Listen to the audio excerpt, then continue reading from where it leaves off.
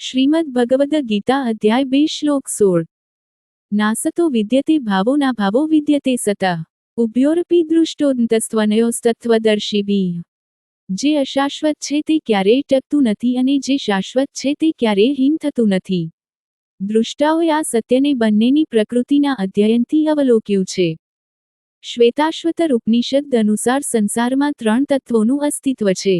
ભોક્તા ભોગ્યં પ્રેરિતારં ચ મત્વા સર્વં પ્રોક્તં ત્રિવિધ બ્રહ્મમેતત 1.2 ક્ષરં પ્રધાનમમૃતાક્ષરં હરઃ ક્ષરાત્માનાવિષ્ટે દેવૈક 1.0 સંયુક્તમેતત ક્ષરમક્ષરં ચ વ્યક્તાવ્યક્તં ભરતે વિશ્વમીશ 1.8। આ બધા વેદ મંત્રો જણાવે છે કે આ 3 તત્વો ભગવાન, જીવાત્મા અને માયા સદા નિત્ય છે। 1. ભગવાન શાશ્વત છે। આ રીતે તે સતત નિરંતર વિદ્યમાન છે। તેથી વેદમાં તેમનું નામ સતચિત્ત આનંદ, નિત્ય સર્વજ્ઞ આનંદ સિંધુ છે। 2. આત્મા અવિનાશી છે અને તેથી તે સત છે। આમ છતાં એક દિવસ શરીર જીવવાનું છોડી દેશે અને તેથી તે અસત અલ્પકાલીન છે। આત્મા પણ સતચિત્ત આનંદ છે પરંતુ તે અણુ છે। આથી આત્મા અણુ સત, અણુ ચિત્ત તથા અણુ આનંદ છે। 3. માયા તત્વ, જેનાથી આ વિશ્વ બન્યું છે, તે પણ નિત્ય અથવા તો સત છે। છતાં પણ બધા ભૌતિક પદાર્થો, જેને આપણે આસપાસ જોઈએ છીએ, સમયની સાથે અસ્તિત્વમાં આવ્યા અને સમયની સાથે તેમનો નાશ થઈ જશે। તેથી તેમને અસત અથવા અલ્પકાલીનની શ્રેણીમાં મૂકી શકાય। આમ સંસાર પોતે તો અસત છે, કેવળ માયા તત્વ સત છે। જ્યારે આપણે કહીએ છીએ કે સંસાર અસત છે, ત્યારે તે મિથ્યા હોવાના ભ્રમમાં ન રહેવું જોઈએ। અસત અલ્પકાલીન નો અર્થ મિથ્યા અવિદ્યમાન થતો નથી। કેટલાક દાર્શનિકો દાવો કરે છે કે જગત મિથ્યા અથવા તો અવિદ્યમાન છે।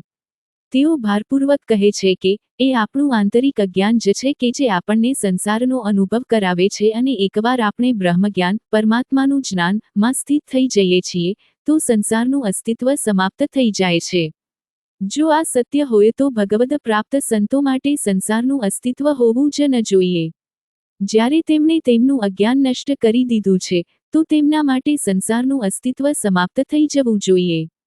તો પછી એ સંતોએ ઈશ્વર સાક્ષાત્કારની અવસ્થા સુધી પહોંચ્યા પછી પણ શા માટે ગ્રંથો લખ્યા? એ માટે જરૂરી કાગળ અને કલમ ક્યાંથી આવ્યા? સત્ય એ છે કે બ્રહ્મજ્ઞાનીઓનો સાંસારિક પદાર્થોનો ઉપયોગ સિદ્ધ કરે છે કે સંસારનું અસ્તિત્વ તેમના માટે પણ છે। આ ઉપરાંત બ્રહ્મજ્ઞાનીઓને પણ પોતાના શરીરના પોષણ માટે ખોરાકની આવશ્યકતા રહે છે।